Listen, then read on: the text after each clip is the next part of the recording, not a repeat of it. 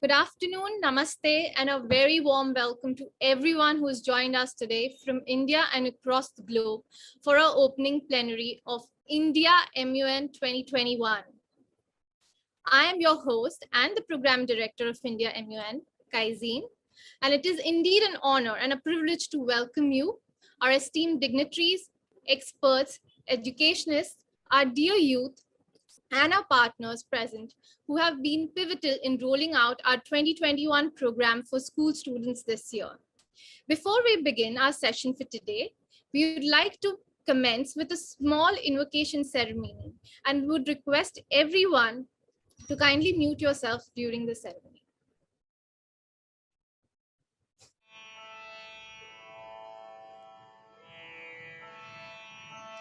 Vande Mataram,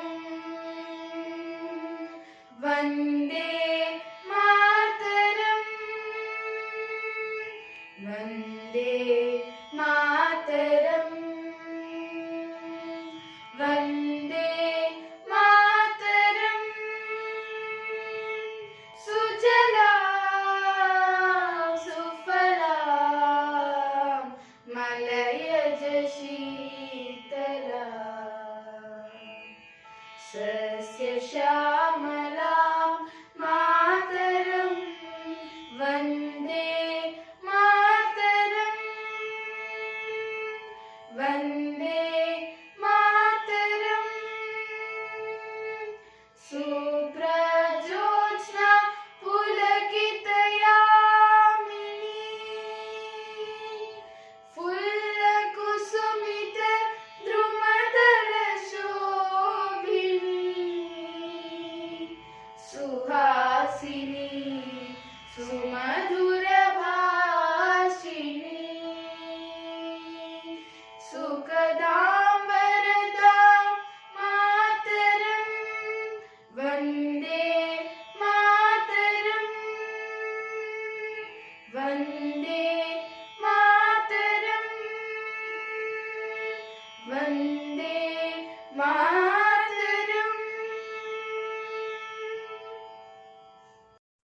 thank you. And I hope you all enjoyed our little and a very small invocation ceremony where we pay homage to our motherland, that is India. As we begin, I would like to call upon Ms. Gayatri Chauhan, who is the founder and president of India MUN, to start with her welcome address. Gayatri. Hello everyone, Namaste. Very warm welcome to India Model United Nations Opening Plenary. We have been in touch for quite some time and we have been interacting with the students, teachers and educationists present in this forum.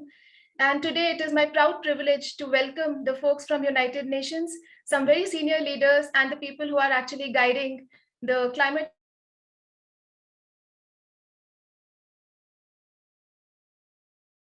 global level to join us today. Folks from our plenary panelists who are present in the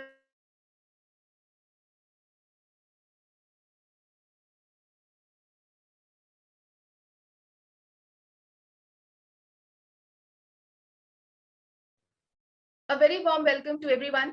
Thank you once again for joining us today. And I would like to also mention that why we are hosting this plenary and why we are hosting India Model United Nations Conference in first place.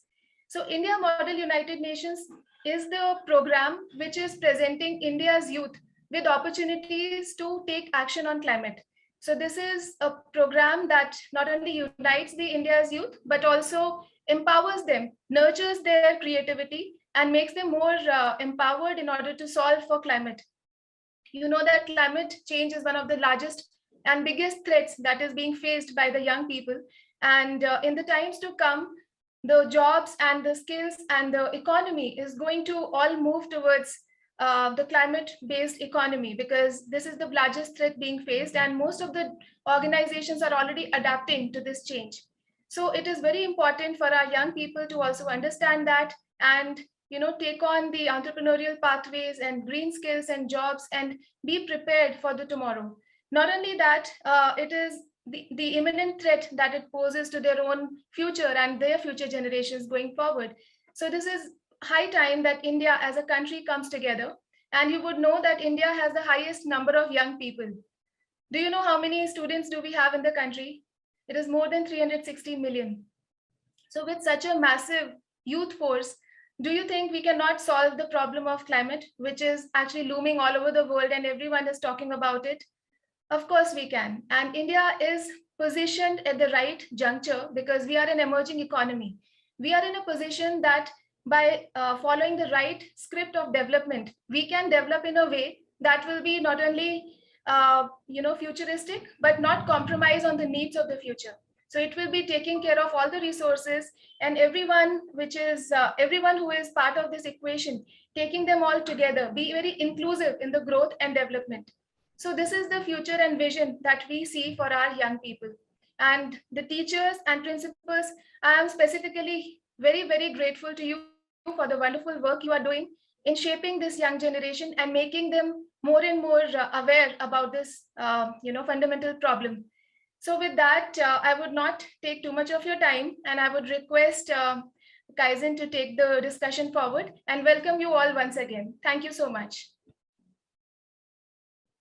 Thank you so much, Gayatri, for your heartwarming words. I'm sure every student and teacher who's been hearing you will be definitely inspired and very excited for what's to come in the next 2 to 3 days for them. So without wasting any further time, I would now like to invite Mr. R.K. Gautham, who is the Senior Director of Operations at India MUN, to share an entire overview of the program that we are having for the next couple of days. Over to you, sir. Thank you, Kaizen. I will quickly share it. Someone can enable my screen share. So good afternoon, everyone. From my side, this is R.K. Gautham here. I had the pleasure of working with this wonderful young energetic and enthusiastic team from Ramanathan Gayatri Foundation for the past few weeks. And the result of that, you will see in the next 2 days, a lot of MUN action, which is all about climate action, as Ms. Gayatri has just now indicated. So I'll take you to very Gautham sir, I think your voice is breaking. Do you mind removing the Bluetooth or something? I think it will help. okay, I can do that.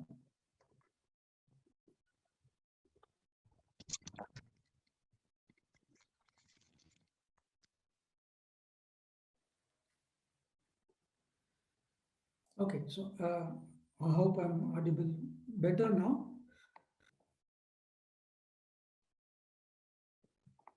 So this is all about a concept we have. Of course, the word MUN or this or the stage or the concept of MUN is not new. Most of our students are so excited about this particular forum that every year they look forward to participating in that uh, in the forum again and again. And we have a lot of folks with the experience, previous money experience also here. But uh, we have uh, thought that more than having a typical money experience, we should actually look at a parallel version of immune, and then we have devised some different things or newer things so that it excites the students more and it also serves a purpose. So here we have a central purpose of learning. So it's not just competing here, it's competing versus learning here, and it's not just a competitive field here, it's also a collaborative platform. So we thought people will come here, learn something by the end of the conference, by the end of the sessions, and then we'll be able to explore further into each of those topics and understand more and more. They'll also, once they are here, they also ideate more than just participating. It's the ideation, it's the solutions that they bring to the table, and all those out-of-box ideas that they would probably present here. And they'll also, going forward from here, they'll also resolve that they not only present solutions here, they'll also look forward to implementing them in every capacity, either as individuals or within their families, in the cities and communities they are in. So there is a central theme. Everything for the next 2 to 3 days will revolve around this one particular theme of climate action.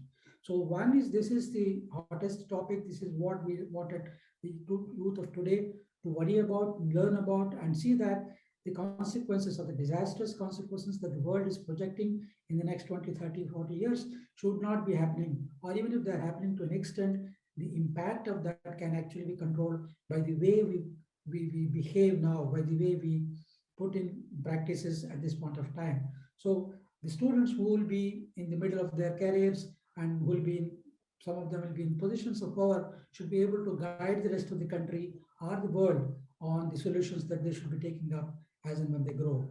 So this central theme has a couple of streams. We thought we'll have two streams that segregate the whole theme into climate crisis and biodiversity crisis, or to be more positive, climate action and biodiversity action. Because though both of them are connected in one way or the other, we still felt that biodiversity should also be addressed separately with more focus, and then should be understood exclusively. And there are a few countries participating, at least notionally, but the reason why I'm presenting them here is that there are only 18 of them that we have allowed at this point of time, not because we don't have we don't like others to participate, but these are the 18 countries that have actually physically met and participated in the recent COP26 event at Glasgow in United Kingdom. The reason that they are there proves that they are serious about it. They're also interested about it. They are willing to coordinate and collaborate with each other. So that's the reason we have preferred these countries to represent here. And most of the delegates we have tomorrow and day after will be representing one or the other of these countries. So there is a simple structure here at, of course, 3 tiers. The first tier or the level is the committees. So when we have the general structure of a General Assembly, typical structure, of course, General Assembly has a few councils and then there are a few committees, but then we went beyond the typical structure and then thought we'll have multiple committees and they'll be discussing each separate aspect of climate action and biodiversity action in their committees, so that there is more focus, there is more comprehension, and then we expect a lot of solutions, brilliant solutions coming out of them. So once these committees deliberate and then bring out some kind of ideas, they'll put them into some kind of document, we call it as a resolution, which will be unanimously adopted by the committees, and then that will be presented to the two councils. So there is a climate council and the biodiversity council. So 12 of the climate committees will submit the resolutions to the climate council, and similarly 6 of the biodiversity committees will present their the resolutions to the biodiversity council. So that's how they come together, they discuss, they pass the resolutions at the committee level, and then once it goes to the council levels, they are actually discussed again in threadbare, see if there are any anomalies, or there anything that is irrelevant or out of scope, and then make suitable amendments. And then here in the councils, they may have to adopt these things by a voice vote, by a majority vote. So it is not a resolution which gets voted, it is individual clauses of the resolution. So if there are 10 clauses and only 8 are voted by majority, those 8 clauses will be included and then further submitted to the General Assembly, where it is discussed very briefly and get ratified, which means each of those countries will put in their signatures, agreeing that they will adhere to these resolutions or solutions pointed out here in their countries. So they will implement, they'll be binding on them. And here is where they will also come up with a declaration. So India MUN 2021 declaration that will be presented by the organizers on the last closing plenary. So this is how it is, this structure, and the delegates here represent each of those countries which they are assigned to. It is not the typical MUN where delegates represent the foreign affairs or foreign policies of those countries. Here they will focus on the environmental or climate policies of those countries. And then when they come here, they also propose solutions. That is the central theme of this whole exercise. We want people to, or the students to think independently without the constraints of the current day restrictions of the, whether it is geographical, financial, political, whatever restrictions, they should be free of them, and then think about, say, 20 years from now in a hypothetical situation and ensure that we are coming from the future, for example, and then presenting solutions that will take care of those issues which may not be as serious as we think. And finally, they'll come up with those solutions in the form of a resolution. Okay, there are chairs, co-chairs, president and vice president like any other MUN. It's just that we have limited their responsibilities. It is basically for them, it is maintaining the order, have some kind of disciplined and systematic way of presenting to ensure that everybody, all delegates will get fair chance to express their views and also to learn from each other. Finally, they'll also help the whole proceedings to be documented properly in the form of a resolution. And then, of course, during the process, they will also evaluate the performance of individual delegates, who will be recognized and then rewarded at the end of the conference. So before all this, there is also a unique element here, which normally no MUN will have. This is the presence of a battery of subject matter experts in each of these committees. Because these committees have different topics to discuss, there will be different topic experts who will be helping them in case they are stuck, in case there is ambiguity, uncertainty, or some kind of factual direction they are looking at. So these experts will first give them some kind of direction in the beginning to start with, and then they will intervene as and when required, some of them, and some of them will probably be available in the later part of the discussion so that the committees will have their queries listed out and parked aside, and the experts will help them clarify them. They'll also, at the end of the session, help them to draft and then pass a typical and effective resolution. This is a transparent way of judging the performance of each of the delegates. We have taken some basic parameters, comprehension and understanding of the topic, their articulation, their expressions, their communication skills, on how they articulate the subject, and then how do they collaborate with each other. As I said, the operative word is not competition, it's collaboration. So they'll also have some collaborative skills. They'll be also judged against the negotiation skills, because not everybody will be in tune with whatever they're proposing. So there will be disagreements, and the delegates who present these should actually be responsible for negotiating it, trading off, maybe give and take, and then finally arrive at a unanimous resolution. And then some of them will also show some leadership skills. I mean, they'll take not just their country, they'll also take the others along, and then they'll ensure that there is unanimity generally. So these are the traits that we are looking at in the delegates. There is a simple objective way of scoring them in terms of numericals 1 to 5, 1 being not very impressive, and 5 being very good and very impressive, and 3 being the average. So it is easy to actually mark them, and the both chairs and co-chairs need to agree on these scores. So there are 18 topics, as I said, 12 under the Climate Council stream and 6 under the biodiversity stream. These are the important topics that we thought that could be included, and there should be enough understanding about all this. And these are the general, these are the very important topics that we hear in any climate discussion or narrative these days. Okay. Similarly, biodiversity has some specific biodiversity topics as well.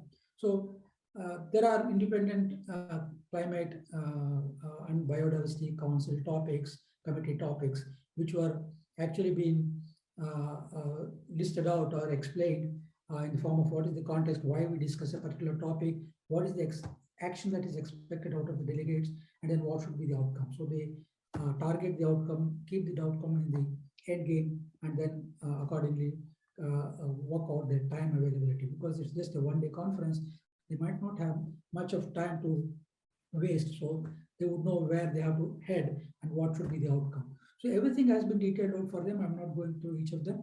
Every topic has a context, a specific action that is required, and a specific outcome that comes out of it. And we've also given enough indications about the source resources that they can look at.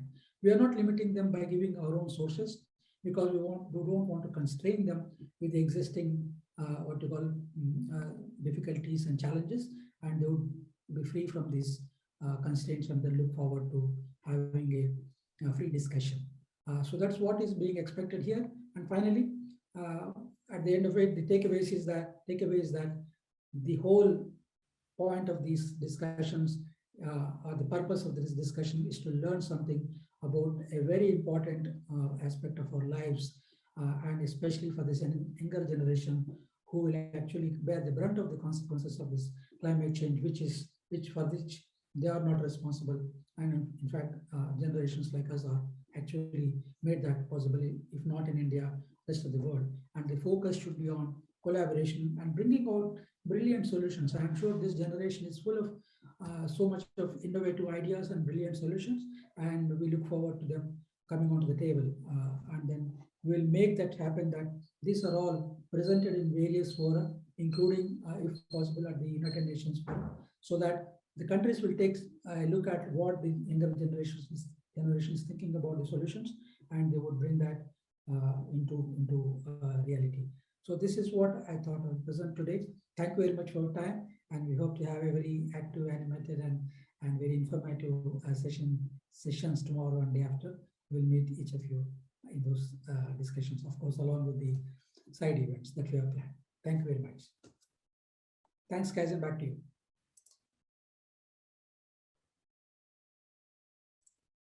Thank you so much, sir. I see we have a few questions in the chat box for sir.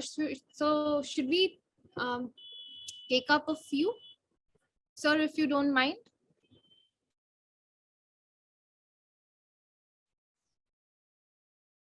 Gautham sir, can you hear me? Yeah, I can hear you. Sorry. Yes, I believe there are some questions that have come from our students who are participating. I will address them in the chat. Don't worry. Okay. Okay. All right.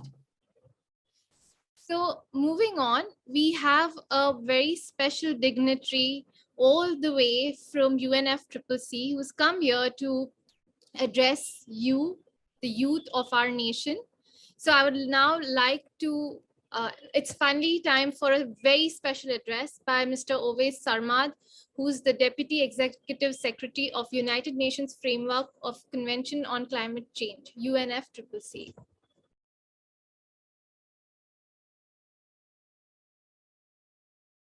So it's a pleasure to welcome all of you at the India Model United Nations. And I'd really like to thank Gaia, the Earth Foundation, and Buzz on Earth for organizing this conference. Thank you, Gayatri. And I'm really pleased to address so many students, youth leaders, climate advocates who are participating in this event. Let me start with quoting an ancient Greek philosopher, Diogenes, who said, "The foundation of every state is the education of its youth. The more you educate yourself, the more you understand humanity and get empowered to act." So in that context, actually, the Article 12 of the Paris Agreement focuses on climate change, education, and training, particularly for young people. And I'm really pleased to see that you are walking the talk just now. Why is this important? While we know that COVID presents one of the largest challenges to humanity, climate change is a planetary emergency. Growing pollution, collapsing biodiversity, and climate displacement are only a few of its impact. The health of our planet and the world you and your children and grandchildren will inherit is at stake. Learning and educating yourselves about the impacts of climate change and how you individuals can take climate action are absolutely crucial. In these trying times, I welcome your engagement in the Model United Nations.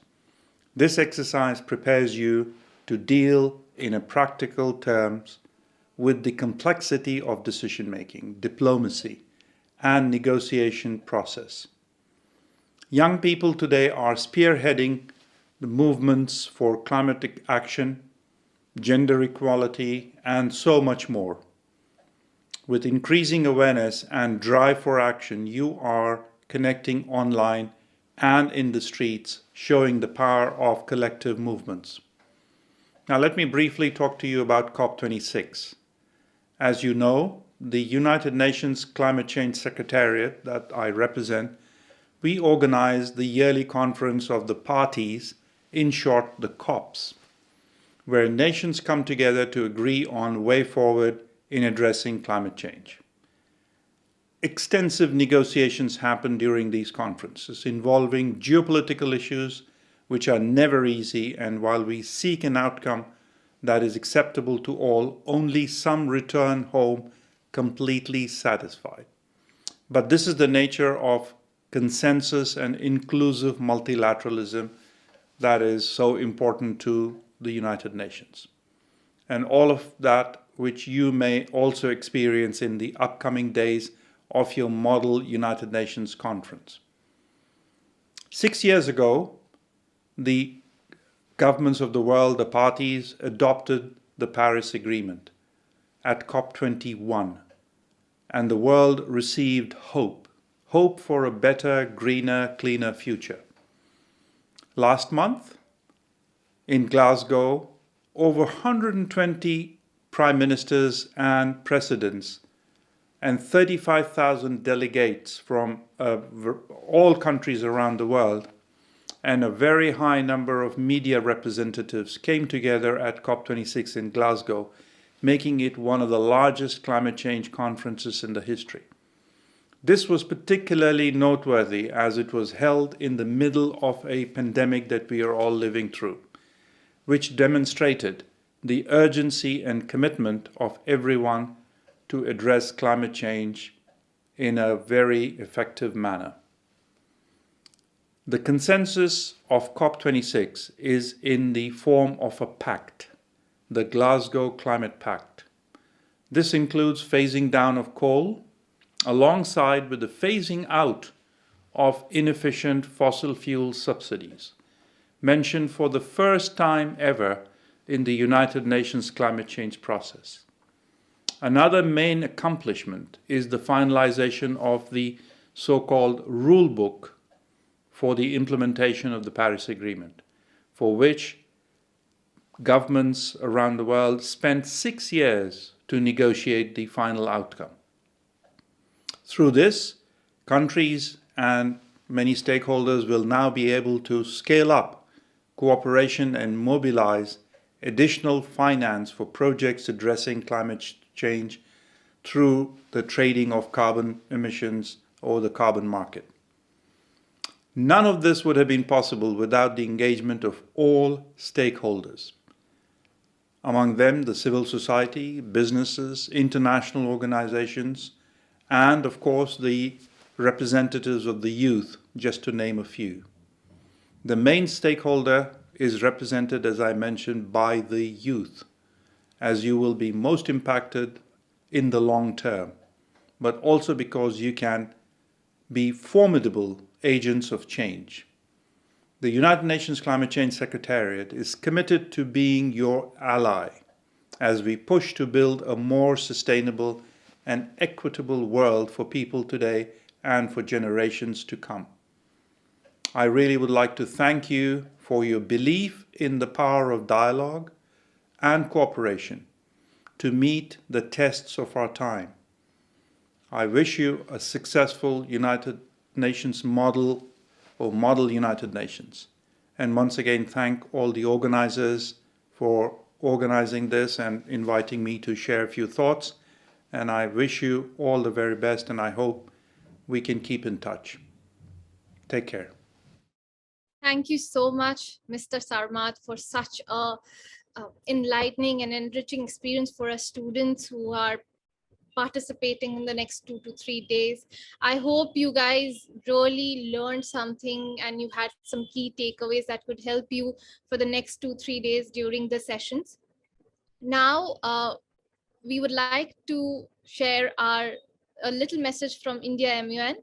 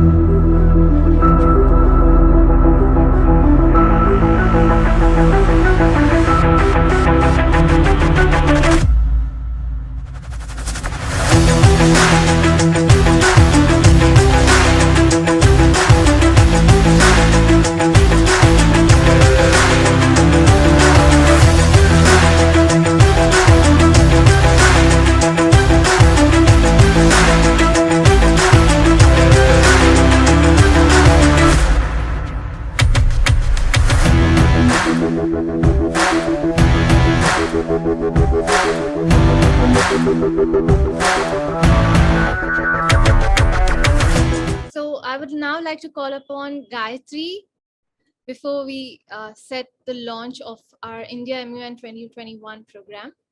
I would love to hear you speak about how this entire program came into being and what was the motivation behind starting a program like this, and especially focused on climate action. Sure. Thank you, Kaizen. Hello, everyone, once again. And I see there are a lot of students present in this forum. A very warm good afternoon and almost good evening to everyone. And so pleased to see you all here. Very happy to, this entire program is meant for you. This is organized for you to make you feel more empowered and more capable in fighting the climate change.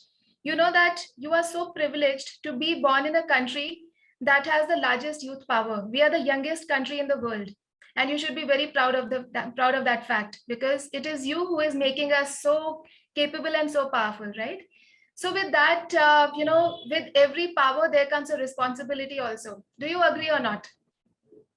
Yes, great.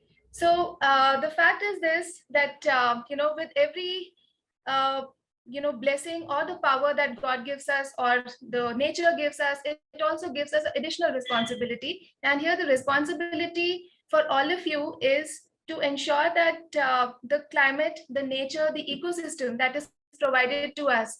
Do you like the fountains? Do you like the rivers, forests, all of this? If you want to ensure that your children and your grandchildren and their grandchildren continue to enjoy all of this, we have to ensure that the life sustains on this planet. So many people might have told you that, okay, we as human beings, how can we save the planet? We are nobody to save the planet. So one thing is very clear, that you cannot save the planet. It is, you have to save your own existence on this planet, right? And for that to happen, you have to be really understanding the dynamics of balance, how the planetary ecosystem is balanced, and how our existence is dependent on the existence of biodiversity and the climate ecosystem that we have.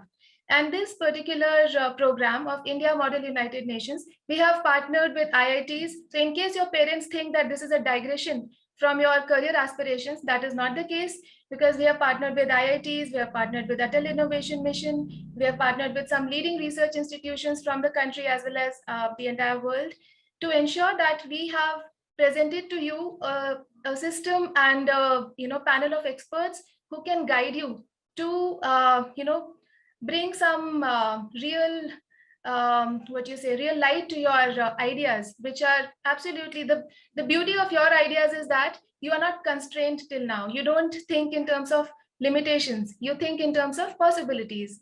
So just think about a plant, how the photosynthesis happens, how a plant is able to capture that much amount of solar energy. Do we have any single solar panel or cell in this world which is able to do it the same way? No.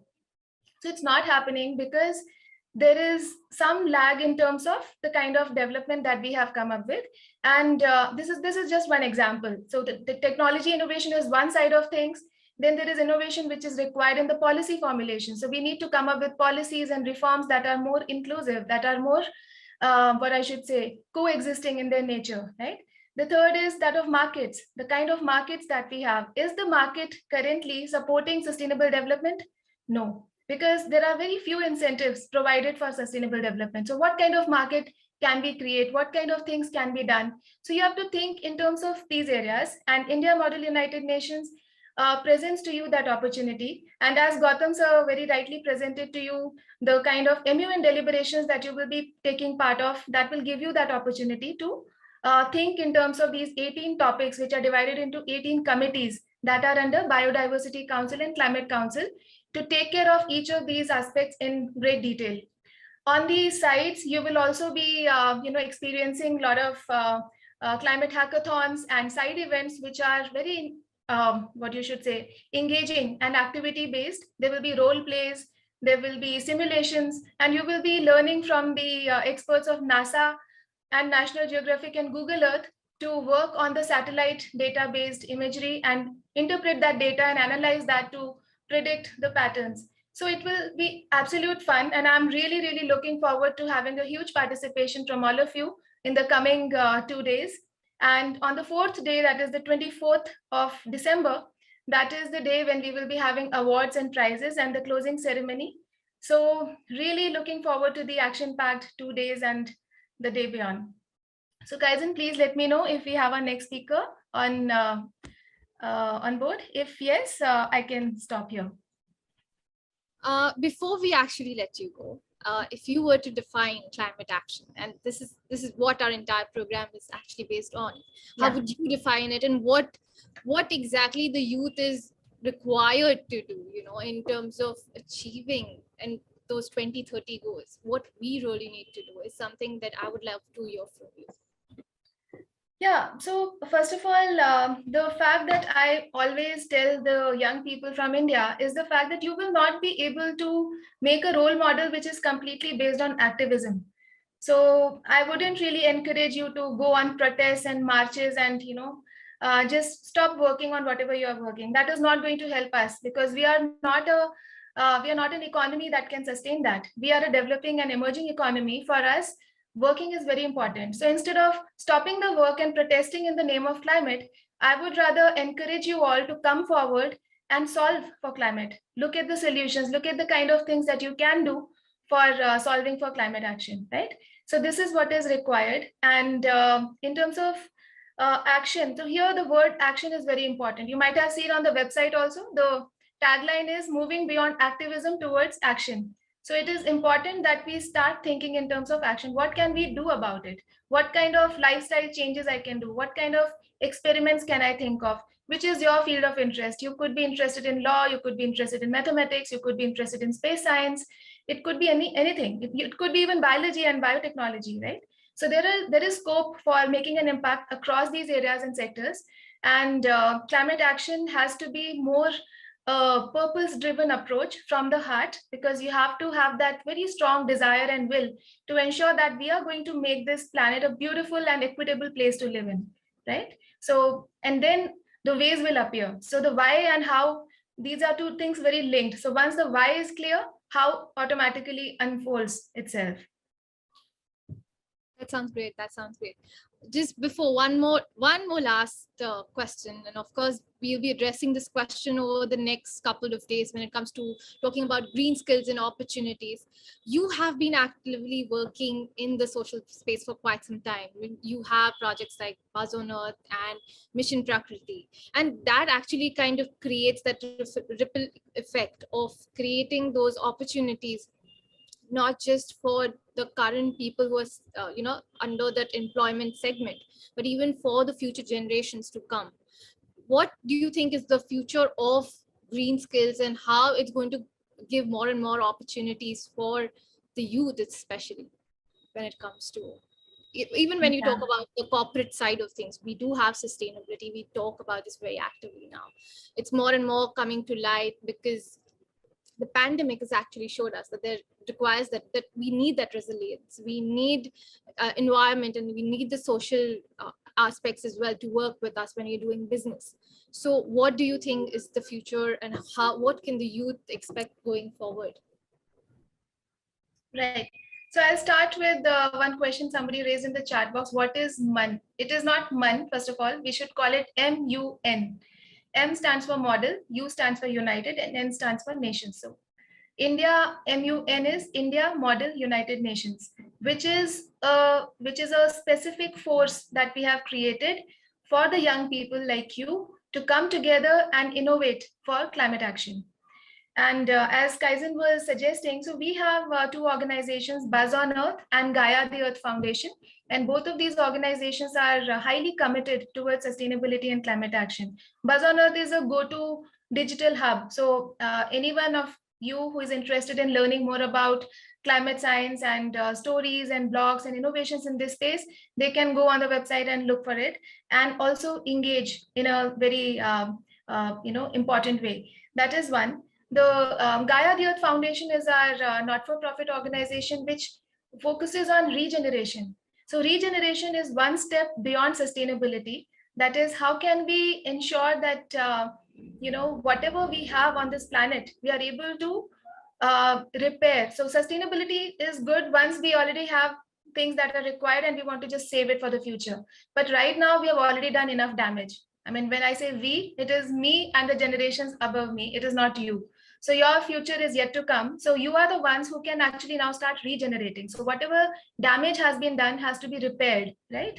So for that to happen, regeneration is the process. And there are multiple ways to do regeneration. However, the Gaia the Earth Foundation focuses on the reforestation and afforestation. So we are planting massive forests across the entire country. So we are growing close to 100,000 acres of forest in next 5 years, because we think that forest can help the ecosystem in a very big way by generating livelihood opportunities for the poor people, by fixing the soil condition, by making soil more fertile, and by also helping the entire water ecosystem. The water table gets up and the rain cycles get rebalanced. So there are multiple benefits of forests. So when somebody asks you to plant a tree plantation, one tree plantation may not be as big a deal, but then when you're talking about forests, it is huge. Yes, forests do regulate precipitation. So there is enormous amount of benefit that you can see in terms of regeneration practices. And here your generation has to come forward and look at various ways of how we can practice sustainability and regeneration in our life and in our time. You can't wait to become an adult and then start doing something. You have to start now. You have to start early, and we are here to help. So this is very good, Kaizen. I hope our next speaker is already there. If not, please let me know. Yes, I think we wait a few more minutes for Mr. Tripathi to join us. We do have a lot of questions coming in, Gayatri, and I think... okay, I think he is here already. Hello, Satya. Hi there. Very warm welcome, Satya. Thank you for joining us. I'll be muting myself now. Kaizen, over to you. Thank you, Gayatri. We'd now like to invite Mr. Satya Tripathi, Secretary General of Global Alliance for a Sustainable Planet, who is also the former Assistant Secretary General of UNEP, United Nations Environment Programme, to address our audience as we proceed to the launch of our program. Over to you, sir. Thank you so much. And I'm delighted to be here today, not just for the fact that this is a great new beginning for the India Model United Nations, but for the promise it holds for the youth of India. And that's what gets me very excited. And congratulations to the organizers for getting this together, because even at the best of times, it is not an easy thing to bring together hundreds and thousands of young people around a common idea that is so important for humanity and the future of our planet. But these are COVID times, so extraordinary efforts are needed to even achieve minimal results. And from what I know and what I see, this is an extraordinary gathering of young minds. So congratulations to the organizers and also to the audience for being here today and along this journey in the months and years ahead. Now, I would like to put in perspective why this is so important, as I mentioned. I mean, you could easily dismiss it by saying, hey, this is also a gathering of young people who will put their thoughts together and then what?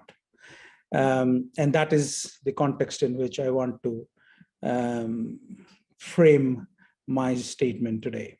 And the context is this, that the world is literally falling apart. In every which way you can imagine, it is falling apart.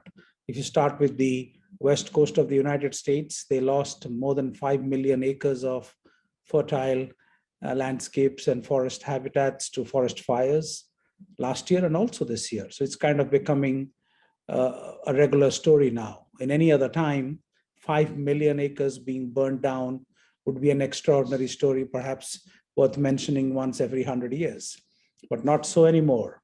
Floods in India itself or in different parts of the world, the kind of floods that Europe saw this year was extraordinary in every possible shape or form. The bushfires in Australia, the forest fires in Indonesia that a few years ago burned down 6 million acres of forest habitats, and that was even worse because they were peatland, which holds methane, which depending on its intensity and density could hold as much as 80 times CO2 equivalent per square feet. And so the problem continues to get worse and worse and worse, while we, the people that are supposed to be doing things and making a difference, continue to talk. And then that's where the challenge is. And that's why I so much admire the Greta Thunbergs of the world and the youth activists here in India itself, because you say it like it is.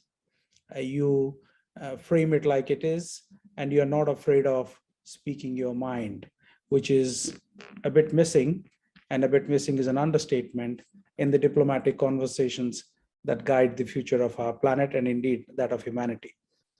The two things that are very important to keep in mind, the first is that, of course, the conspiracy of silence. We hardly talk about it at our homes, around our dinner tables, around our communities, around our chopals, as to what really is happening with the planet and why it is important for each one of us to act. I mean, that's the most important thing.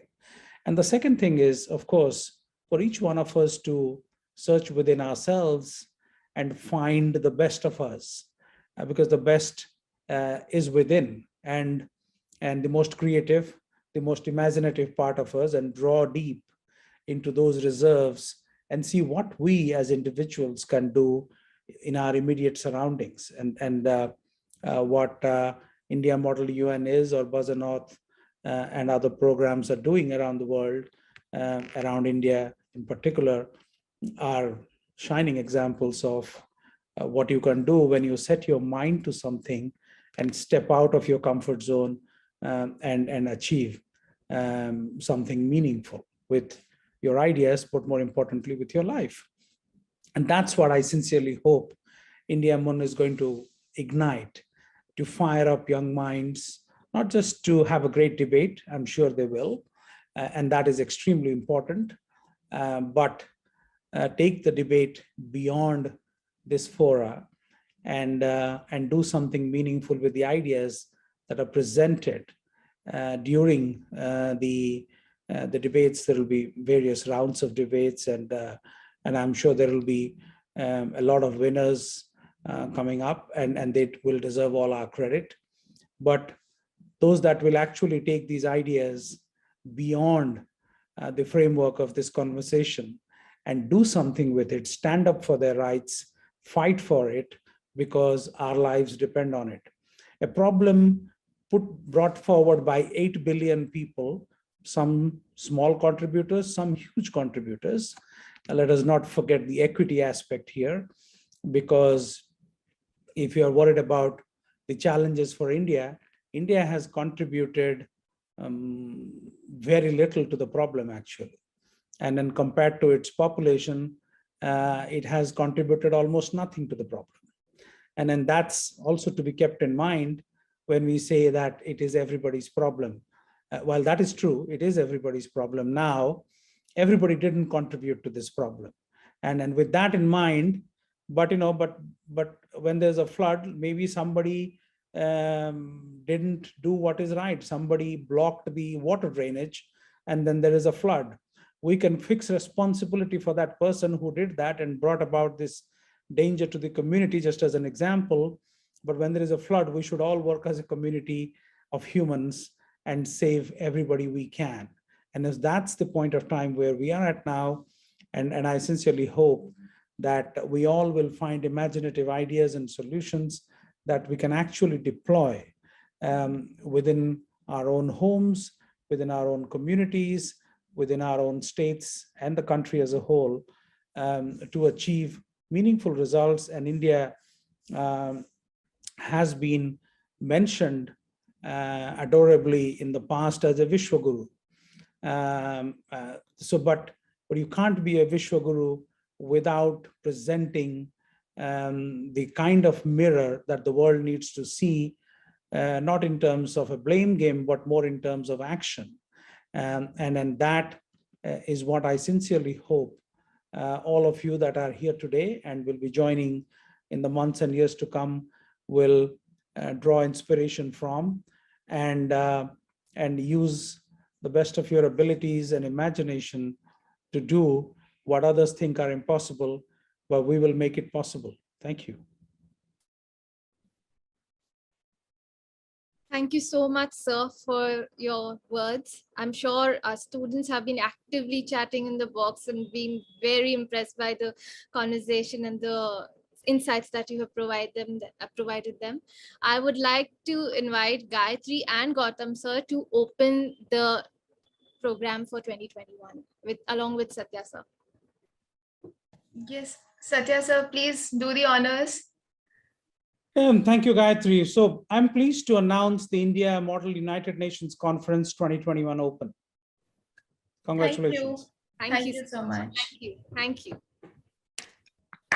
So moving on, now we'll proceed to our next part of our open plenary. Do we have Mr. Ramanan Ramanathan with us? All right, so while we wait for our next speaker, we'll move on to our first keynote for today by Mr. Tim Christophersen. He's the head of Nature for Climate Branch, UN Environment Program, to discuss climate change and biodiversity with you. Hello, everybody, and welcome to this introduction on the UN Decade on Ecosystem Restoration. The entire world, all the member states in the United Nations have decided to call the next 10 years the UN Decade on Ecosystem Restoration. The main aim of the decade is to prevent, halt, and reverse the degradation of ecosystems worldwide. The decade is led by the United Nations Environment Program and by the Food and Agriculture Organization, but it is very much everybody's decade, including your decade, and we hope that everybody globally will take action together with us. The vision of the decade is a world where, for the health and well-being of all life on Earth and that of future generations, our relationship as humans with nature has been restored, and where the area of healthy ecosystems is increasing, and where ecosystem loss, fragmentation, and degradation has been ended. To achieve this vision, we have identified 3 global pathways. The first one is where we very much count on your support. We are building a global movement for restoration with a digital hub where we will all be able to connect with each other to conserve and restore nature worldwide, to raise awareness, to build education, and to agree on the right ethics for restoration. Out of this movement, we are building political will, because restoration and the conservation of nature has to be a high policy priority, at the same level as, for example, energy infrastructure is a priority for most countries. Rebuilding our natural infrastructure has to become a high policy priority in the next 10 years. Last but not least, we need the technical capacity, in particular in developing countries, to do all this and to learn from each other to scale up successfully ecosystem restoration. We are building on existing efforts and experiences across the world. So much is happening already in oceans, forests, grasslands, mangroves, that we will exchange that information with each other and build and learn together as a global restoration movement. The decade will share best practices and lessons learned from across the world and across all these ecosystems. And we will together advocate and communicate about restoration. And for that, there's a lot of information that is available for you all online on the Decade's website. We have a communication strategy that builds on a principle called New Power, in which the United Nations will, for the first time in such a decade, share some of the decision-making and the participation with all stakeholders. We have a positive and inclusive antidote to climate anxiety with the hashtag Generation Restoration. The decade aims to inspire action and share the hope that can be generated out of taking action collectively. The visual identity is also freely available for your use online for any non-commercial purposes. The colors are linked to the Sustainable Development Goals, in particular the ones that restoration can benefit the most, for example, on clean water and sanitation, on zero hunger, on life below water, life on land, climate action, responsible consumption and production, no poverty and quality education, but restoration can really benefit all the Sustainable Development Goals. You can adapt that logo to your own organization's vision and objectives, and you can do that with the upper part of the logo, which is freely available to change. At its core, the UN Decade has a number of task forces to come to grips with the technical challenges of restoration. The first one is our task force on best practices, led by the Food and Agriculture Organization of the UN, with over 40 organizations that will look at where, how, and with whom to restore so that restoration has long-term ecological, economic, and social benefits. The second task force is on monitoring. Where are we going in these next 10 years? And there are over 100 organizations already linked to that task force, over 200 experts, and they've agreed on the framework on ecosystem restoration monitoring. There's 3 subgroups, one on terrestrial ecosystems, one on aquatic ecosystems, and one on the socio-economic impacts of restoration. We have a science task force led by IUCN that will deal with any upcoming scientific questions and with the quality of all the publications that we will publish at the core of the UN Decade and do the peer review. And we have a finance task force that will be led by the World Bank. And this is of particular importance that if we want to do restoration at scale, of course, that has to be financed, and we will look at rechanneling fiscal incentives that are now harming the environment, such as fiscal subsidies for fossil fuels or some harmful subsidies for agriculture and fisheries, and how they can instead be used to do good for the environment, for people, and for the climate through restoration or other means.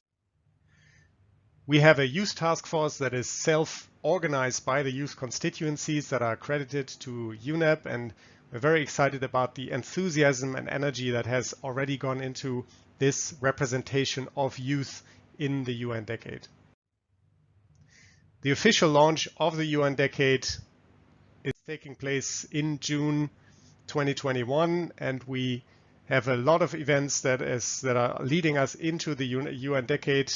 We have a lot of flagship reports that are launched by the UN and by many of our partners, including our flagship report on the UN Decade, Becoming Generation Restoration, Ecosystem Restoration for People, Nature and Climate, that is available on the website from 3rd of June onwards.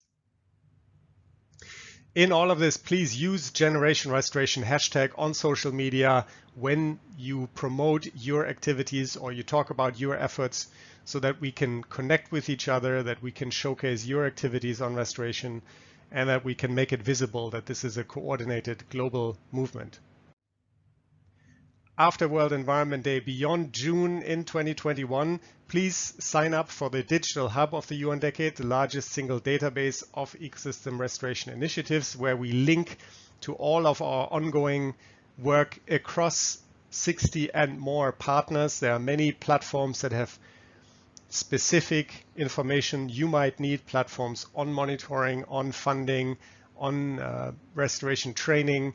So all of that you will find at the one-stop shop, the Digital Hub of the UN Decade, including information on our flagship initiatives such as the Great Green Wall of Africa and other flagships. There's an ecosystem restoration playbook online that we've made available for World Environment Day, and we encourage you to download that and work with that, but also let us know what resources you find useful, and we will include them in the Digital Hub. If you want to contact us, here are the email addresses of the UNEP and FAO teams, and we look forward to your participation in Becoming Generation Restoration. Thank you very much. That was quite an interesting understanding of what UN restoration, Decade of Restoration, like aims on doing. And I think this will be a very important talk point where you'll be required to deliberate and understand and align your thoughts in the coming days for your sessions. While we have we wait for a couple of minutes for Mr. Ramanan Ramanathan to join. We do have some questions here. Good evening, ma'am. Good evening. Ma'am, I want to ask you that when I was researching about carbon labeling, so there was a specific word cap. So ma'am, what is the meaning of cap?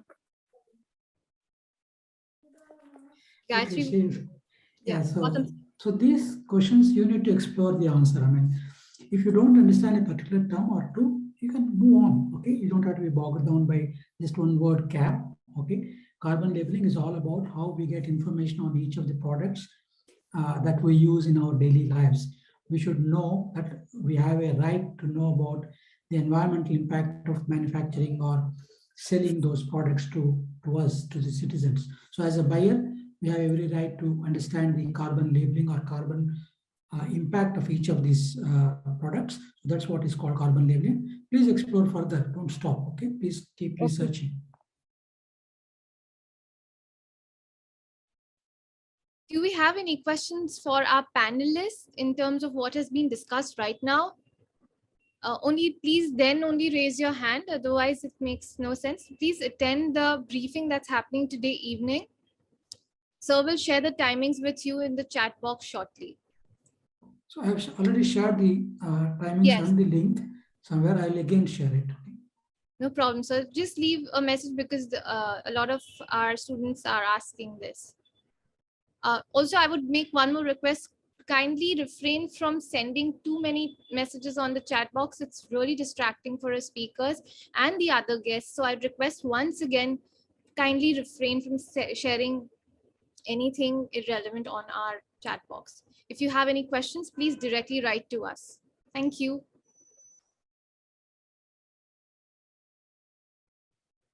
Do we have any more questions for us while we wait?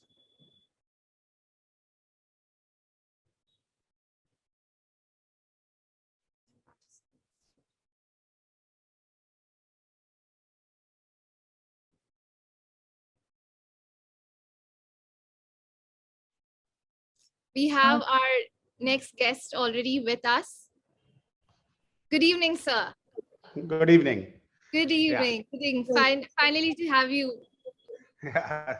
Sorry, I had some problem with the connections and Zoom and so on and so forth, but now that's happily behind me.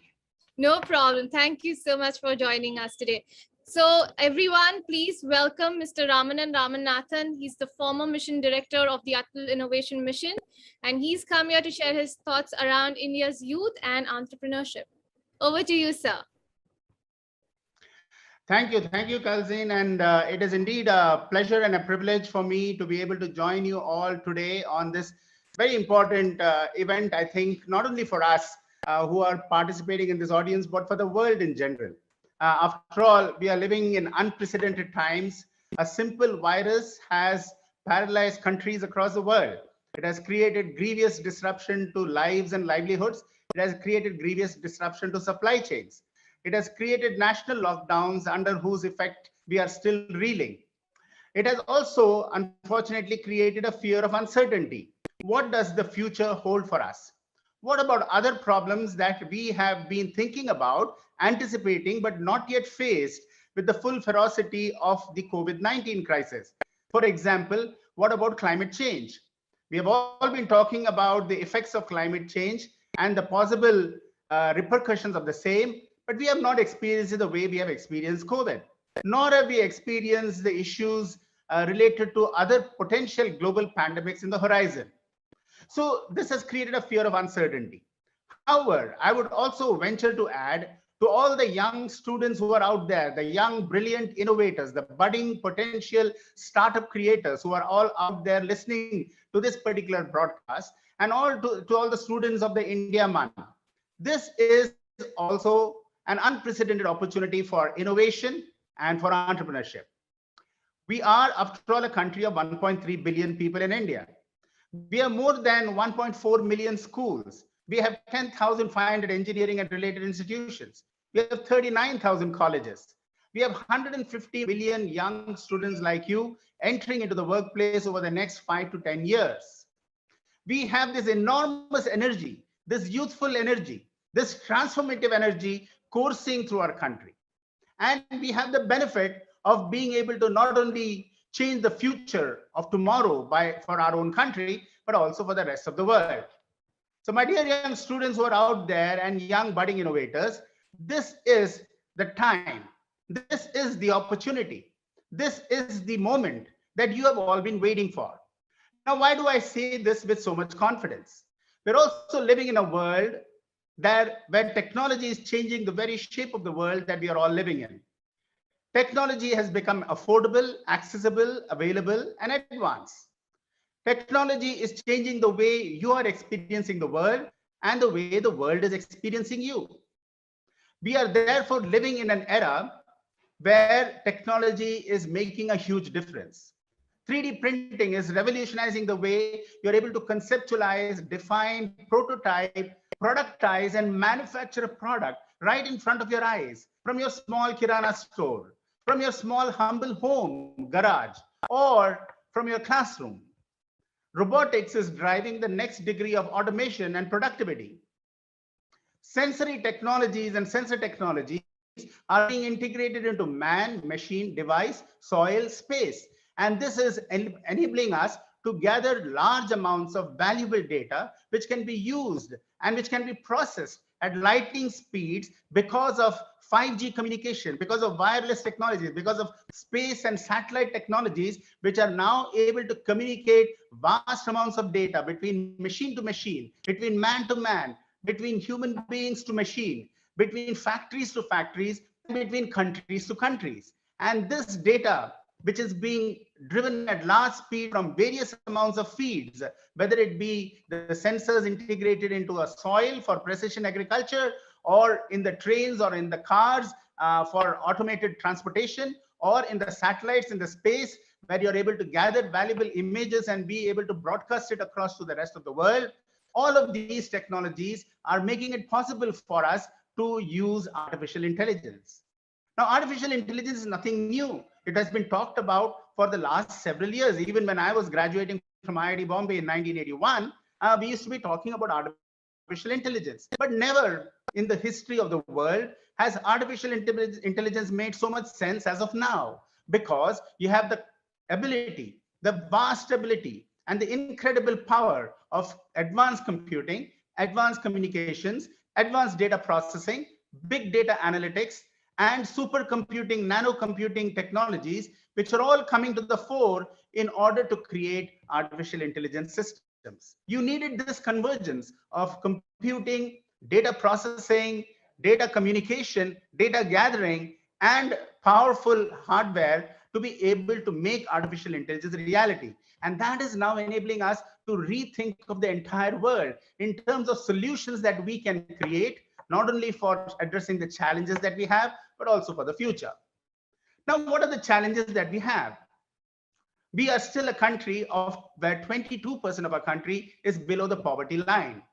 We have 44% of our country which is agri-economy based. We have over 650,000 villages in our country. We have more than 8,000 small towns and cities, and we have only 8 tier 1 cities where people are all trying to gather and flock to and migrate to in order to have a sustainable livelihood or improve the quality of their lives. Now, that's clearly an unsustainable way of growth for any country. What we need is 8,000 hubs, not 8 hubs of innovation and job creation. If you're in Goa, for example, how do you foster innovation and how do you foster local job creation for the fishing industry, for the tourism industry, for the cashew nut industry, for the shipbuilding industry, or for the mining industry? That's what Goa needs, not innovation which is fit for Bombay or for Delhi, but what Goa needs. And so also every one of our 650,000 villages have the ability to be created as hubs of innovation and job creation based upon the local need, based upon the local requirements, and based upon the local expertise that is available in the people there. For example, if you're in Rajasthan or if you're in Jodhpur, how do you boost innovation in the handicrafts, in the rural crafts or the precision agriculture areas so that you are able to market your products and your services from Jodhpur to Japan, from Salem to San Francisco, from Sikkim to Seattle? That, my dear friends, is the opportunity in front of you. And therefore, you all have to grab this with both your hands and become the innovators and the job creators of the future. What we need is not a nation of just job seekers. What we need is a nation of job creators. people who have the ability to use their creative intelligence like all of you. Every one of you is having the latent talent, is having the latent creativity, is having the latent capability of becoming an innovator, a job creator, an entrepreneur. The great Abdul Kalam said, dream big and you'll achieve great things. Dream small and you will be limited by your own dreams. Now, where did Abdul Kalam come from? He came from the humble town of Rameshwaram, a town which is in the coastal side of India, a town which probably has a few schools, one or two schools, one or two colleges, one or two universities, but it has thousands of temples and thousands of fishing boats. Now, from such a town came this man who rose on to become one of the finest scientists the country has seen. He rose on to become one of the finest human beings to have graced this planet. And he became the president of India. He said, dream big, my dear friends, and you'll achieve great things. Dream small, and you'll be limited by your own dreams. And therefore, I would encourage every one of you who is on this particular call. You all have to dream big. You all have to dream to be the change makers of tomorrow. You all can dream to be the Steve Jobs, the Satya Nadella, the Sundar Pichai.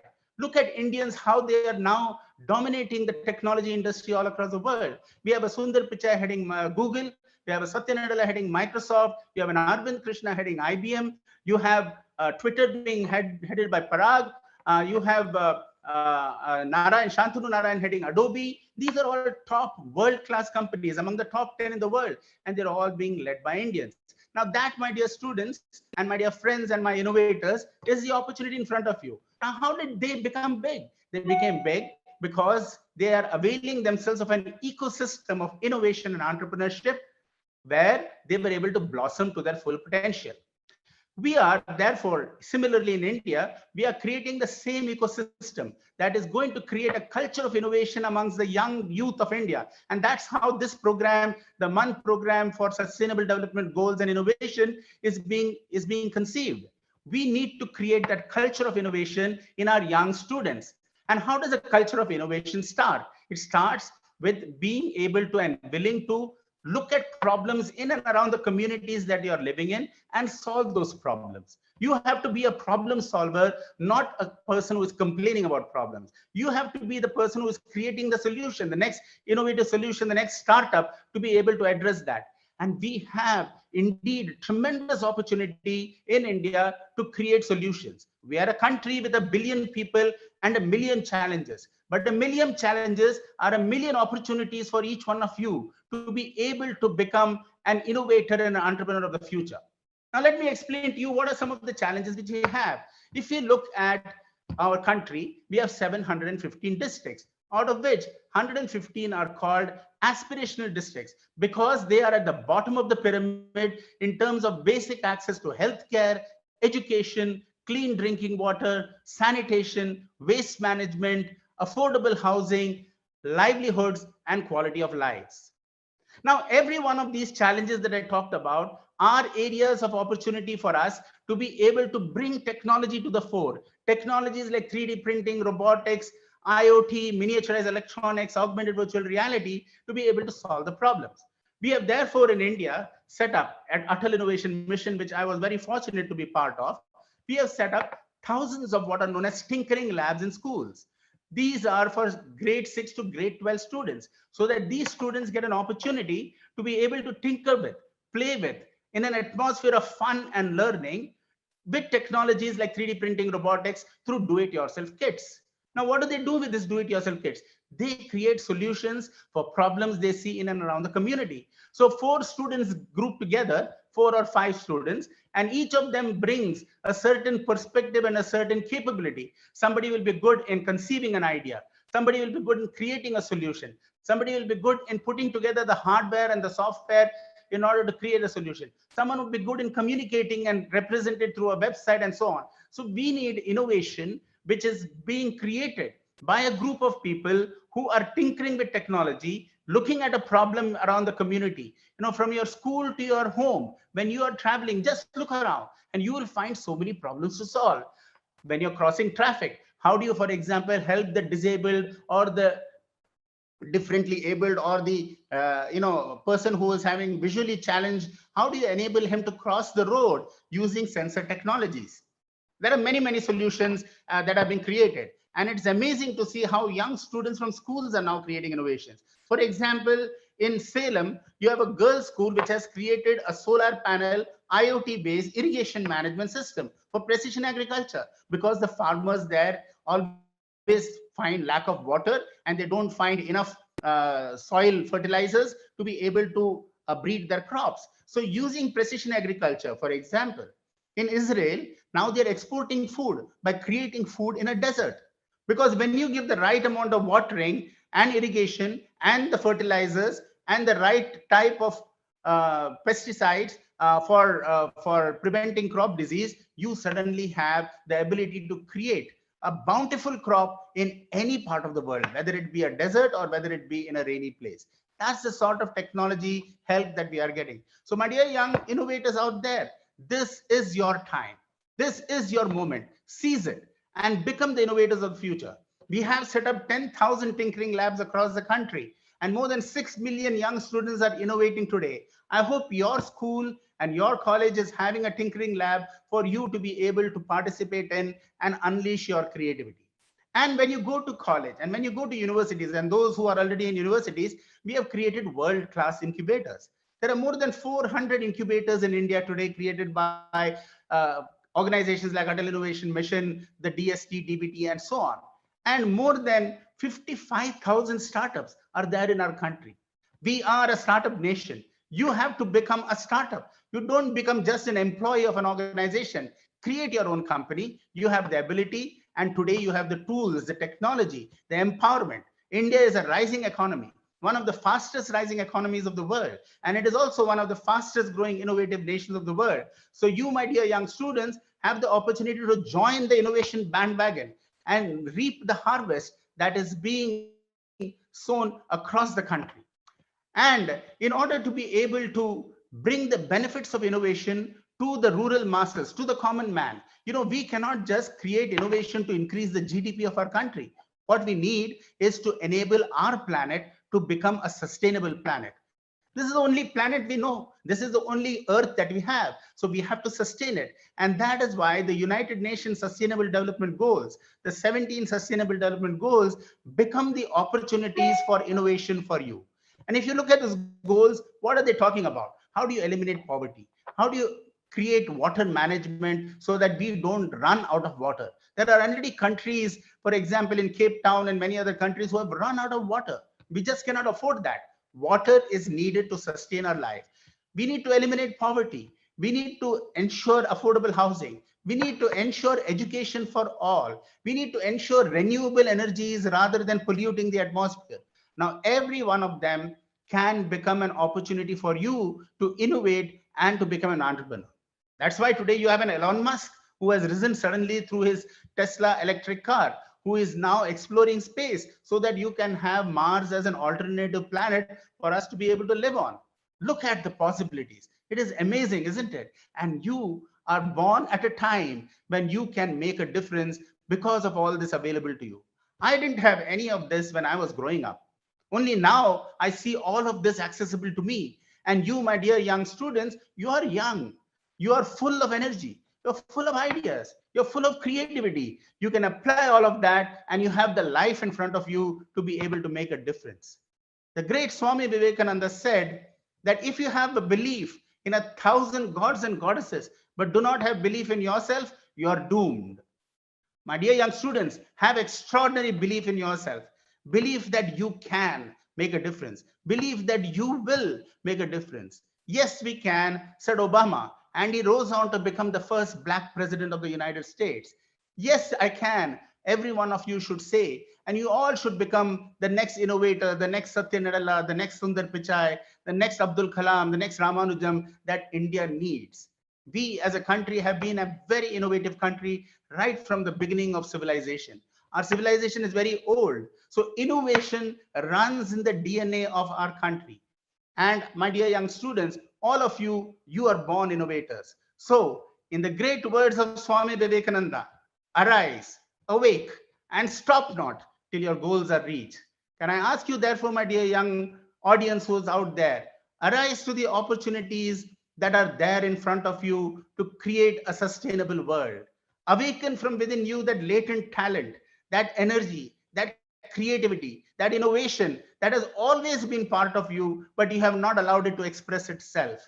And stop not till the Atmanirbhar Bharat goals, as well as the sustainable development goals of the world are reached.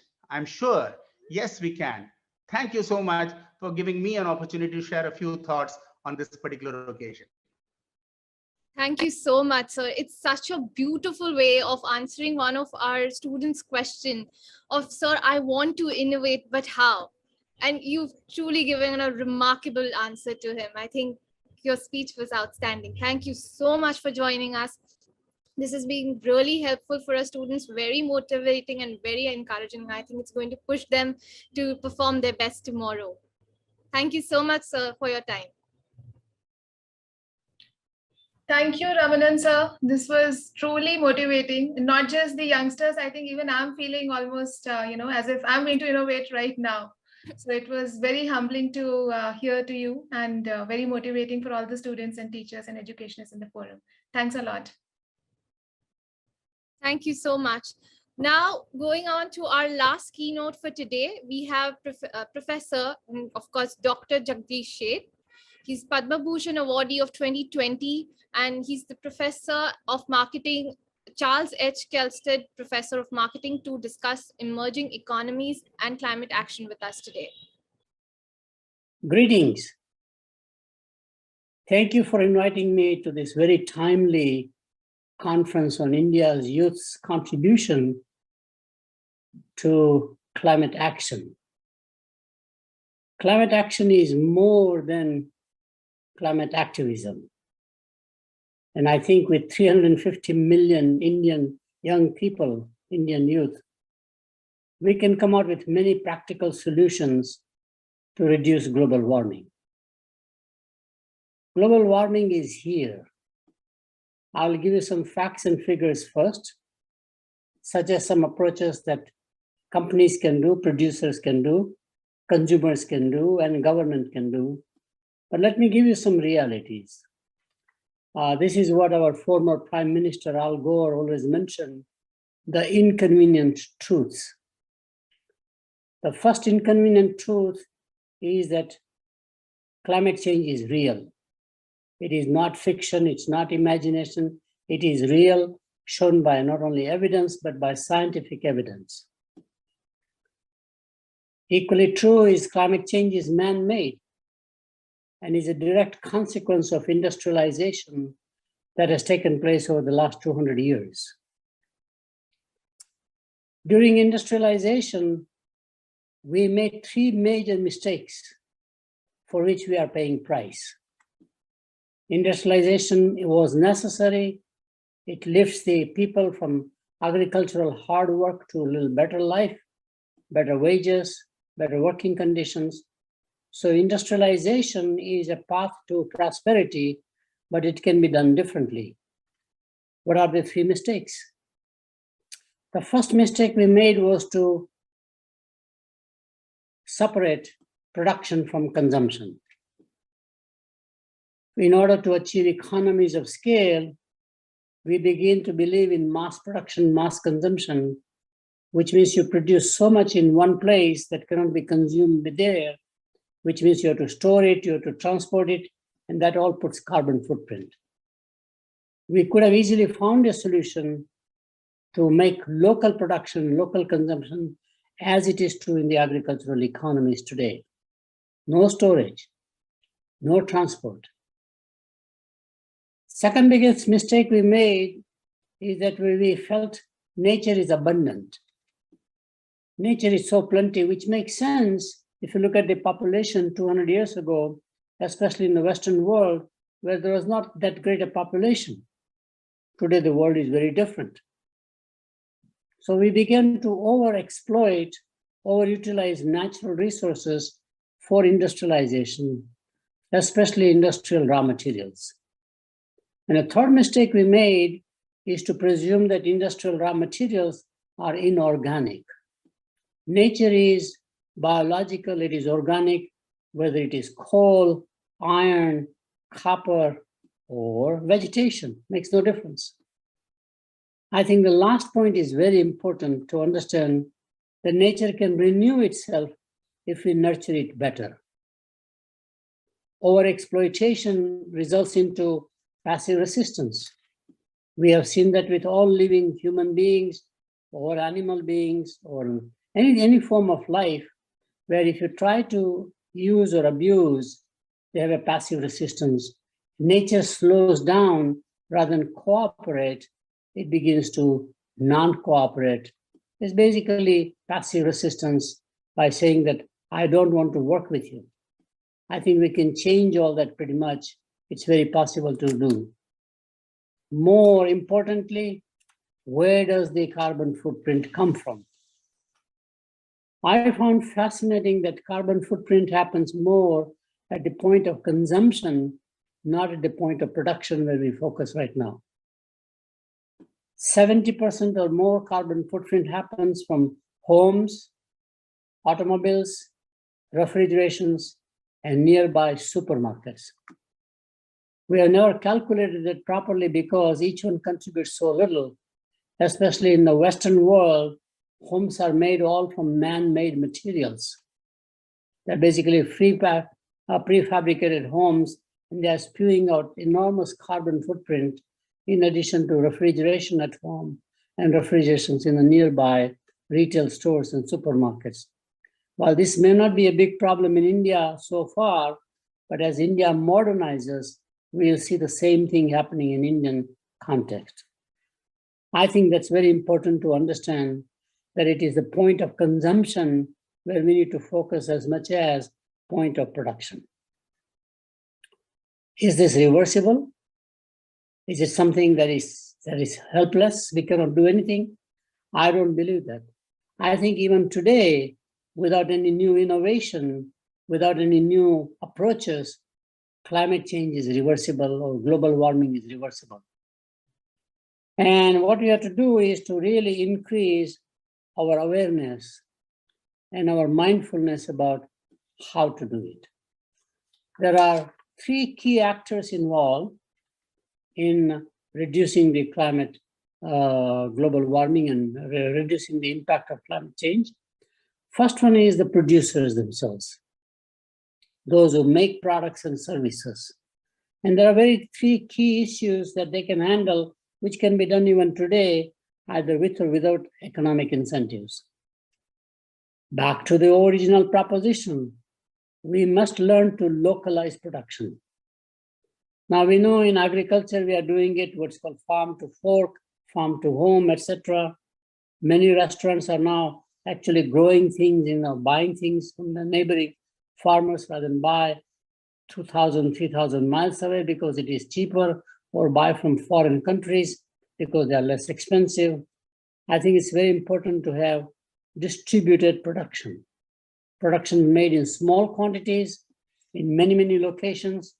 And today we have learned through Six Sigma, lean operations, Toyota approach in many ways, how to come out with mass customization on the one hand, but also personalization, but also making smaller quantities of production with the same economies of scale as we learn mass production technologies.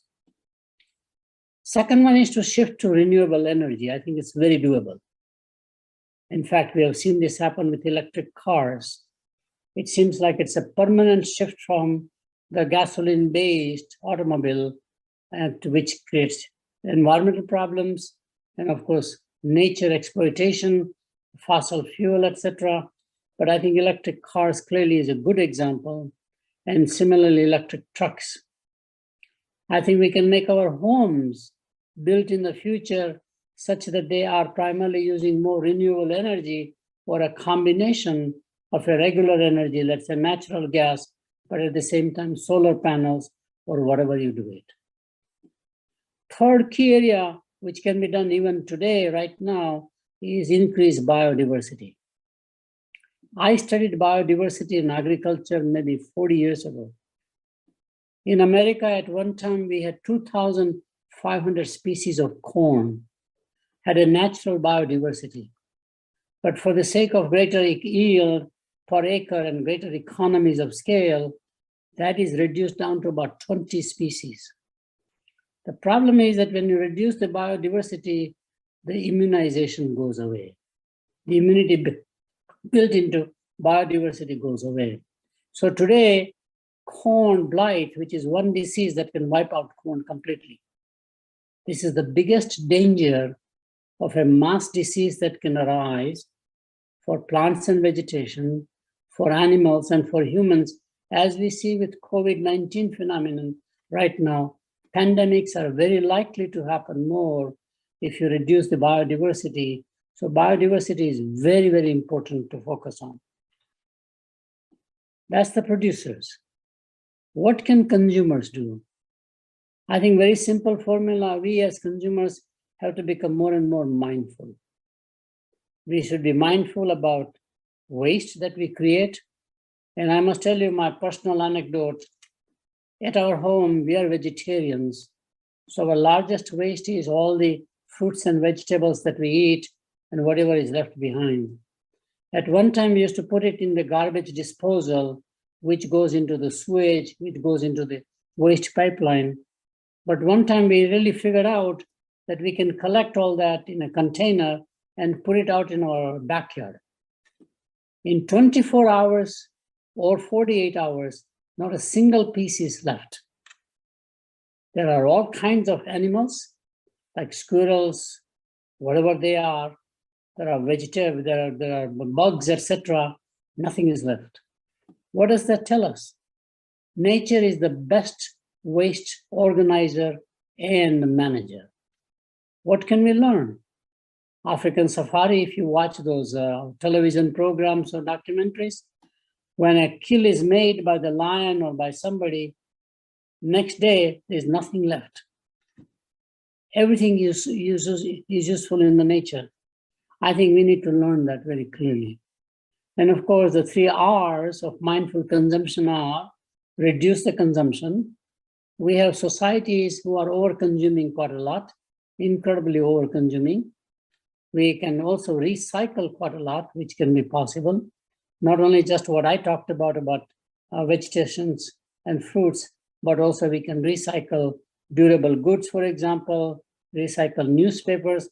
We now have a mandatory requirement in my neighborhood where I have to have a separate container for recyclable items as opposed to non-recyclable items. So what goes into the landfill is very small. And of course, the last one is reuse. I am very pleased with reuse because all young generation people are now buying used clothing as a fashion. There is an absolutely incredible mindset. I don't have to have new clothing just to be with my friends, just to impress everybody else. I think this is very key. Second area is that we as young people always know how to use social media. And we know the power of social media. What can we do as consumers ourselves to not only increase our education, but awareness of our social media networks, primarily talking about climate action? What can we do? Can we create our own groups of innovative teams? We can create ideas among ourselves. So I think climate action can be easily managed and promoted through social media. And the last thing is that we must have empathy for the planet and the people. Empathy dimension is very important. Some of us are very privileged, not understanding what does it take to be a poor person or live in poverty, abject poverty, or how much planet is screaming for help at the same time. Empathy is a third dimension that I think consumers can manage. Third area, of course, is the role of government or public policy. And that's very simple. First one is that public policy has to increase awareness about the emerging problem.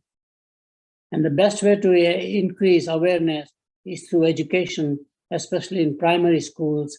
Just like we learn the 3 R's of learning, reading, writing, and arithmetic, there ought to be a fourth, which is about the environment. How environment in the ecosystem is so interesting, so important, it's so interdependent for survival as well as for thriving into the world of nature by and large.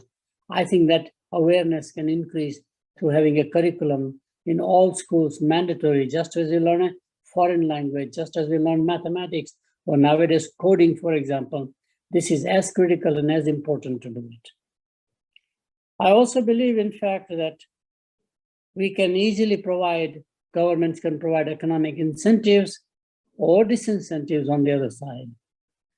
For example, solar energy, wind energy, alternate energies, renewable energies. In many ways, governments can subsidize for a while before private sector is able to make it more profitable for their ventures and at the same time serve the society. And of course, we know how to provide incentives for electric cars. US has done it, and it shows you that people do like the incentives with which for them to motivate to shift from gasoline engine cars to electric cars. Finally, if nothing works, we must have mandatory rules and regulations. We can easily have mandatory rules and regulations in, for example, public transport. In many parts of India, you are not allowed to use gasoline, petrol, for example. You have to have natural liquid gas, for example, or electric or something else in terms of our two-wheelers, auto rickshaws, whatever we call them. Buses can be retrofitted or buy new buses according public transport, public buildings. Government is one of the largest enterprises, and they can put mandatory requirements on them as well as, in fact, on everybody else. So what I'm saying is that three key players or actors, producers, consumers, and the government or public policy can work to collaborate together to really get us out of this mess that is created by industrialization over the last 200 years, which is global warming. Let me stop here on this side and talk about something else. If you take a grain of wheat and make it into a loaf of bread, the value add is only 3 times. Commodity is about 1/3 the cost of the bread. If you take a rough diamond and polish it, a good diamond cutter increases the value, enhances the value by about 20 times, gets the brilliance out. But if you take a human being, mentor, nurture, educate, the value add is infinite. This is the youth power. 350 million young people in India. If we can properly motivate them right, make them action-oriented, not just activism-oriented. Think about the potential of how much innovation they can create, especially for the emerging market context, like India, for example, or Africa. We all have the same issues. And innovation that comes about can be commercialized or could be offered as a service by the government. So I'm very proud of India's youth. It is the future of the nation. And I have a personal story to tell you about unlocking the potential of other human beings. I'm a refugee from Burma.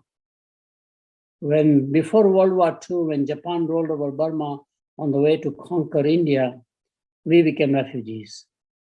We come from a merchant community in India. My father had gone there to be a rice trader. We lost everything. And when we came back, we would have probably run a little family panwala business, a provision store. I'll be earning about 5,000 rupees, no education, let alone a high school education. And today, I'm an academic scholar. It's almost unthinkable that a panwala person can actually become a scholar or an educator. And it's the best thing that I have ever done, because to me, my role as an educator is primarily to unlock the potential of others. How can we make ordinary people extraordinary should be the mission of life for all of us. And young people who are watching this particular, participating in this conference, I have simply one message. Think about giving back while you are getting the blessings from your parents, blessings from the environment, blessings from the school teachers, blessings from society in general, neighborhoods. They all give you something. It is equally important to think about how can I give back. And innovation is a great platform to come out with ideas. You will have more ideas than we can ever imagine at our age. You know the context better than we do. And those ideas can be very practical to say, what can we do to reduce global warming or bring about a slowness or eradication of climate change? So we have combination of planet, people, and prosperity all coming together. We don't have to make a trade-off. You can have prosperity and at the same time environmental protection and environmental nurturing that can happen. Let's learn how to nurture nature. Ultimately, that is your biggest partner rather than exploit the nature. Thank you very much. I hope you have enjoyed my presentation. Thank you. I think it was a very, very good keynote. And before we start with our final segment for today's opening plenary, I would request everyone to avoid sending, once again, keep making the chat box too interactive. During the roundtable, we won't be taking any questions. Once the panel discussion's over, we'll have 15 minutes for students to send us your questions or raise your hand so that we can unmute you and you can ask the question pertaining to the panel discussion. Any questions regarding tomorrow's session and the day after can please be raised after the session's over. And before we wrap up the session, I would like to invite Mr. R.K. Gautham to share the announcements for tomorrow and the expected outcomes. Thank you, Kaizen. We have been interacting on emails and on the charts also. So most of them are aware of tomorrow's and day after tomorrow's program. The idea is to just reiterate and then remind them that the program starts at 10 o'clock tomorrow. Tomorrow only the committee sessions will happen. Those 18 committees will sit for the discussions. And by the end of the day, they will come out with a resolution, which they'll email, the chairs will email them to the councils. Okay, the council will meet on the third day 3, which is 23rd of December, Thursday, at 10 o'clock in the morning, and they'll conclude their deliberations by 1 o'clock in the afternoon, and then there is a lunch break. The General Assembly will sit from 2 o'clock to 5 o'clock on the same day. So the council will consider these resolutions and then vote them clause by clause and send them across to General Assembly. The General Assembly will have a overview of them. If there are any observations, they'll make out, and then they would probably make a declaration out of this whole deliberations. So we have another final orientation session at 6 o'clock today, 6 to 7. So if there are any few who were left out or could not attend the earlier 2 sessions, they can join in today. I have left the joining link in the chart earlier. And again, I'll put it before we close. And we can once again go through the proceedings. And as I can see, a lot of anxiety among the participants and delegates that they're worried about the procedures and the rules and regulations of the sessions, proceedings. Please focus on acquiring the knowledge on these topics from whatever sources you have handy. As I said, not necessarily from the internet and Googling. You can also talk to your parents, talk to your friends, or anybody who can give you some guidance on these topics. Just get a better idea about each of these topics. You don't have to go into too much of technicalities, but then yes, it will help as much as you learn about the topics, the better you will face the deliberations tomorrow. You don't have to formally prepare any specific documents, but if you have made, or if you are making a policy statement or a standpoint or whatever position paper you want to make, you are free to make that, and then table it tomorrow when you come, which means you have to attach that or post it on the chart so that all the delegates will have a look at it. But more important thing is you have to speak about it. You have to talk about what your country is doing or plan to do on each of those problem statements, and then how you bring some solutions to the table. So focus on that. Rest of the things will fall in place. Don't worry about coordinating with chairs and vice chairs. When you meet, it will be instantly, you'll make friends with them and yeah, learn from each other and collaborate. So you have a lot of questions on the attire. Just come with a decent attire, you'll all look beautiful. I'm sure young faces, brilliant, radiant faces in the morning. Come with the best attire you can be seen, because you will be on camera, and speak when you are required to speak.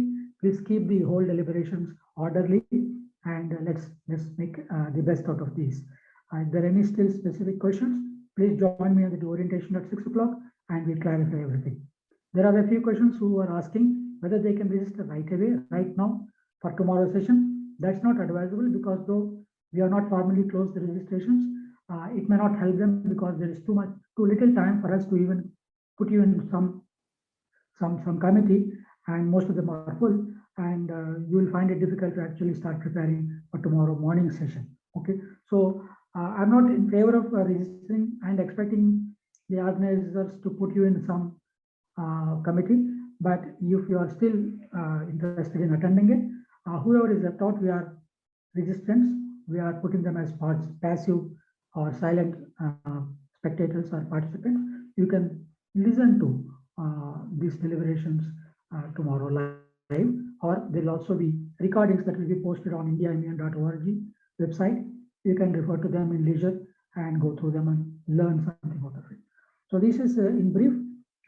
We'll meet tomorrow. Drop in at least 15 minutes before, so that we will know who has dropped in, or half an hour before. We'll keep the waiting room open and we'll start putting you in. I think there is an automated process, will be directed to your respective committee breakout rooms. Okay. Thank you very much. Gautham sir, there is a request. I think people are requesting for the link for the orientation session to be posted here. I have shared it twice on this chart. I'll Okay. share it again now. Okay. Yeah, So they might have get missed out. So as a last chart, I will add it just before closing. So give me half a minute. I will add that.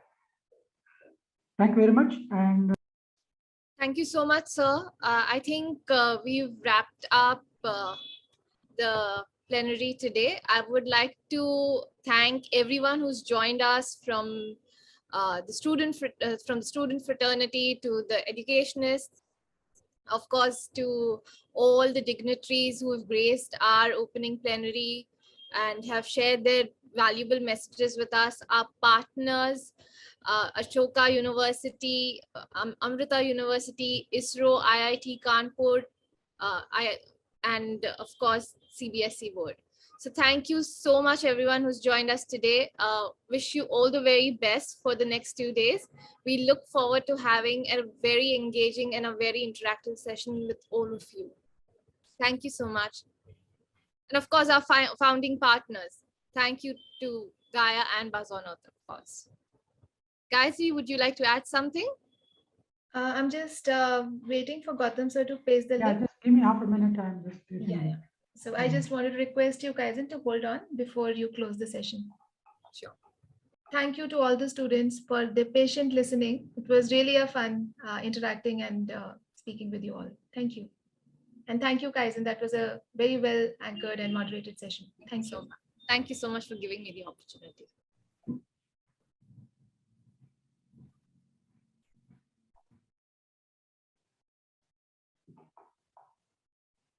Just half a minute.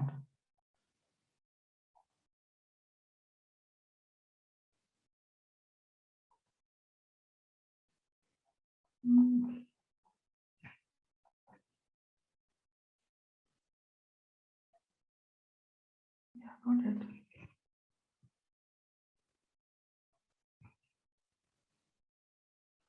Okay, so this will be the final.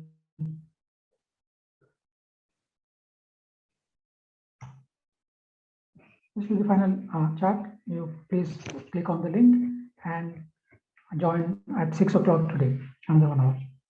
Thank you so much, Kaizen. You can now close.